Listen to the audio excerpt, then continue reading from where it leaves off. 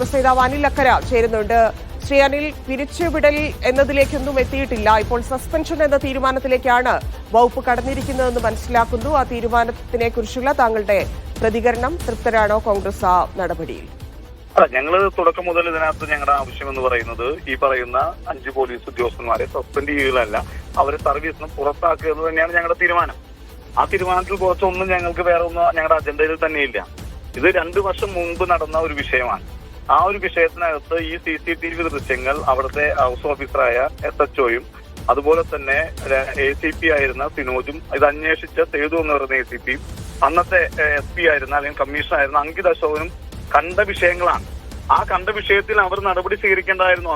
അന്ന് സസ്പെൻസ് ചെയ്ത് ഒരു അന്വേഷണത്തിന്റെ ഭാഗമായി ഇപ്പോ അവരെ പിരിച്ചുവിട്ടെങ്കിൽ നമുക്കത് സമ്മതിക്കാവുന്ന ഒരു കാര്യമാണ്. പക്ഷെ അതല്ലല്ലോ, ഒരു നീതിയും കിട്ടാതെ ഇനിയും ഈ ചെറുപ്പക്കാരൻ നീതി കിട്ടാതെ ഇനിയും കുറ്റവാളികളെ സംരക്ഷിക്കുന്ന സ്ഥിതിയിലേക്കാണ് പോകുന്നതെങ്കിൽ ഞങ്ങൾക്ക് ഇന്ന് പുറകോട്ട് പോകാൻ കഴിയില്ല. ഞങ്ങൾ 2 നടപടിയാണ് ഇപ്പോൾ സ്വീകരിക്കുന്നത്. ഞങ്ങൾ ഒന്ന് സമരമാർഗങ്ങളിലൂടെ പോകും.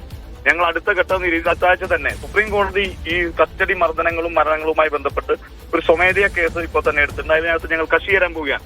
ഈ കേരളത്തിലെ പോലീസിന്റെ കസ്റ്റഡി മർദ്ദനങ്ങൾ സുപ്രീം കോടതി ഒന്ന് കാണട്ടെ. സുപ്രീം കോടതിയിലെ ജഡ്ജിമാർ 2 അംഗ ബെഞ്ച് ഒന്ന് കണ്ട് വിലയിരുത്തട്ടെ.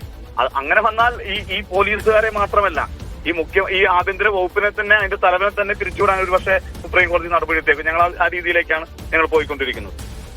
അതാണ് ഇന്ന് തന്നെ നടപടി ഉണ്ടാകാൻ, ഈ സസ്പെൻഷൻ നടപടി ഉണ്ടാകും. കാരണം ആ ഉത്തരവ് വരും എന്നൊക്കെയുള്ള സൂചനകൾ ലഭ്യമായിട്ടുണ്ട്. പക്ഷേ ഇതിപ്പോ 4 പേരേ ഉള്ളൂ. ഡ്രൈവർ സുഹൈൽ അപ്പോഴും പുറത്തു തന്നെയാണ്. അവരെ കൂടി ഇല്ലെങ്കിൽ ആ പോലീസിനെ കൂടി പ്രതിപട്ടികയിലേക്ക് കൊണ്ടുവരാൻ ഏത് തരത്തിലായിരിക്കും ശ്രമം? അതിന് കൃത്യമായിട്ടുള്ള രേഖകൾ, CCTV ദൃശ്യങ്ങളൊന്നും ലഭ്യമല്ലല്ലോ.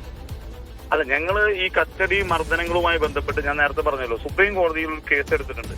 ആ കേസ് എന്ന് പറയുന്നത് രാജ്യത്ത് ഉള്ള കസ്റ്റഡി മരണങ്ങൾ 11 കസ്റ്റഡി മരണങ്ങൾ നടന്നു. അതിന്റെ തെളിവുകളുമായി ബന്ധപ്പെട്ടുള്ള CCTV ദൃശ്യങ്ങൾ കിട്ടാനില്ല. അത് നശിപ്പിച്ചിരിക്കുന്നു.